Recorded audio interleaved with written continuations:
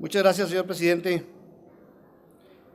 Honorables diputadas y diputados de esta Cámara Baja del Congreso de la Unión, la minuta que hoy recibe esta Cámara de Diputados por parte de la colegisladora Cámara de Senadores, correspondiente al proyecto de decreto que reforma diversas disposiciones de las leyes del impuesto al valor agregado, del impuesto especial sobre producción y servicios y federal de derechos, que expide la ley del impuesto sobre la renta y abroga la del impuesto empresarial a tasa única y la de los depósitos en efectivo, conocida como miscelánea fiscal, forma parte, como es por ustedes sabido, de las iniciativas que conforman el paquete económico para el ejercicio fiscal 2014, las cuales, en cumplimiento de nuestras responsabilidades constitucionales, aprobamos en días pasados dentro del plazo señalado por la Carta Magna.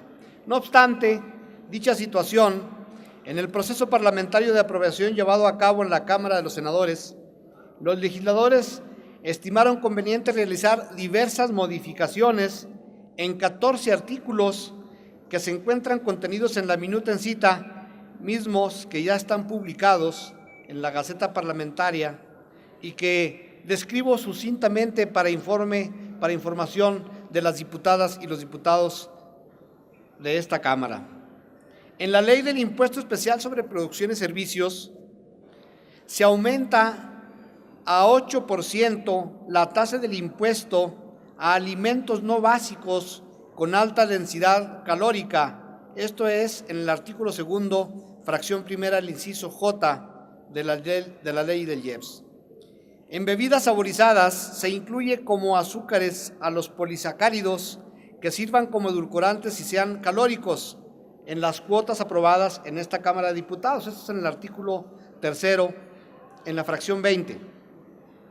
Y en la Ley Federal de Derechos, en el derecho minero, las siguientes medidas: se incrementa el porcentaje destinado al Fondo para el Desarrollo Regional Sustentable de Estados y Municipios mineros de 60 a 80%. Es decir, ahora donde estén los fondos mineros, a los municipios les tocará el 80% y no el 60%. Esto está establecido en el artículo 275. La distribución de este fondo se modifica para quedar en el 62.5% para los municipios y demarcaciones territoriales del DF y de 37.5% para las entidades federativas. Antes era 50 y 50. Y se incluyen además ahora obligaciones de transparencia en el uso de los recursos por las entidades y los municipios para estar en línea con las exigencias de la Ley de Contabilidad Gubernamental. En el derecho de espectro se establece que una vez que se defina el modelo de la red abierta, el legislativo, a propuesta del Ejecutivo, aprobará el régimen de derechos de las bandas de 700 MHz y 2.5 GHz. Esto es en el 10º transitorio. En el nuevo ley del impuesto, la nueva ley del impuesto sobre la renta, en el artículo 14, fracción primera, se incorpora una precisión para determinar el coeficiente de utilidad que no lo habíamos hecho en la Cámara de Diputados y que sirve para hacer una correcta entrega de los impuestos en las declaraciones que se hacen trimestralmente.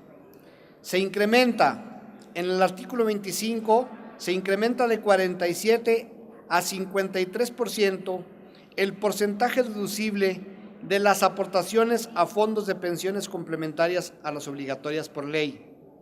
Se incrementa asimismo en el artículo 28 de 47 a 53% el porcentaje deducible de los pagos remunerativos exentos para personas físicas.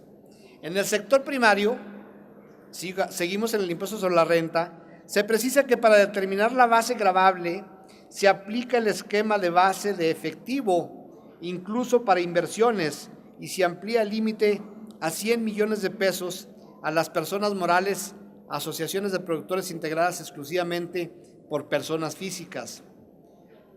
El noveno ajuste es: se ajustan los tramos de la tarifa del impuesto sobre la renta, personas físicas, para no afectar a los contribuyentes con ingresos entre 500 y 750 mil pesos, al mantener la tasa marginal para este nivel de ingresos en 30, y aquí lo habíamos establecido en 31.